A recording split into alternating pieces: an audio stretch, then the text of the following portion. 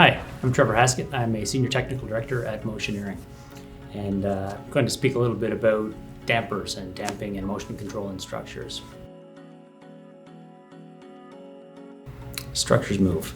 Structures move under the influence of wind, under pedestrian loading, under seismic action, and it's only a problem when it interferes with the activity that structure was designed for.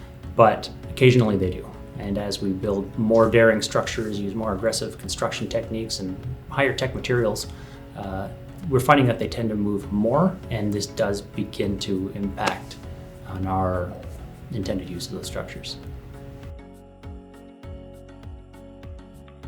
So the types of structures that might move too much as designs evolve are perhaps cellular communication towers, bridges, floors in shopping centers, even office floors.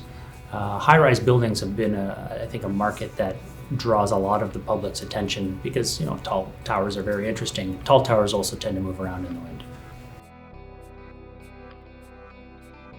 So historically, in order to control these motions, structural engineers would access either more stiffness, like more of the structural materials they're building the structure from, or more mass. And as you make something heavier and heavier, it just tends to react less to the loads that are being placed on it. What's missed there is there's another property called damping. And damping is it's really low-hanging fruit. We can augment the damping of the performance of the structure, usually with very modest costs, and dramatically improve its performance. So I'll make a distinction between what we call inherent damping, which is damping that's intrinsic to the properties of the structure, and supplemental damping, which is the damping that, as engineers, we can add to the structure. So the only thing that really limits the amplitude that a structure moves conventionally is its inherent damping, and this is the damping. This is where energy goes. So after the wind or the pedestrian pushes on the structure and it moves around, that energy eventually winds up as heat. And it winds up as heat because you've got beams and columns, and little microscopic motions cause frictions. We call that hysteretic damping. Or perhaps the drywall partitions, they rub against the ceilings as the structure shears back and forth. This is where the energy goes. That's intrinsic damping, inherent damping. And it's not really part of the design. It's accidental. It's just there as a consequence of the materials that we want to use for strength. Supplemental damping then are additional systems that we can intentionally design into the structure to much more efficiently extract that motion, that energy out of the building, and ultimately dissipate it as heat.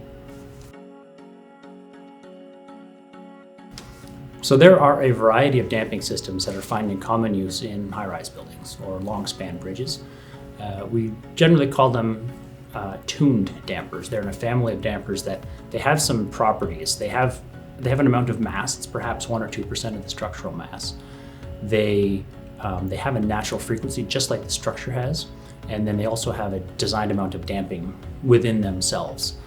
So by adding these tuned dampers to a structure, we can capture some of that motion, dissipate that energy.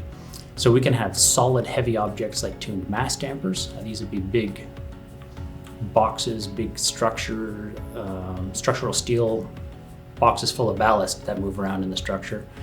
That's a tuned mass damper. But we can also use a liquid. Water is really affordable. You pump it up the top of the building into the proper sized container, and its natural physical wave action will oscillate around inside the building as well, inside the tank that you've designed for it. And then inside that tank, we put some devices that just are designed to dissipate the right amount of energy through turbulence of that water swirling past either screens or paddles. It's important to get just the right amount, not too much, not too little. So damping systems really are an enabling technology.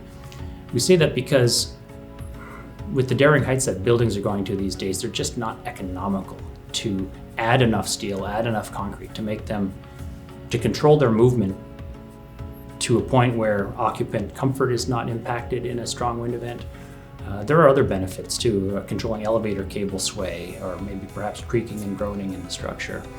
So when the traditional approaches of adding more mass or adding more structural materials are just prohibitively expensive, or perhaps it's just not even feasible, this is where we go to the damping system. And by engineering one of these systems into the structure, it really does enable this more aggressive architecture. In our next chapter, we'll discuss more of the details about how tuned damping systems work, give you some insight into how much space they require, how heavy they might be, and really what makes them work. I'm Trevor Haskett, Senior Technical Director at Motioneering, and I'm looking forward to speaking with you about your project.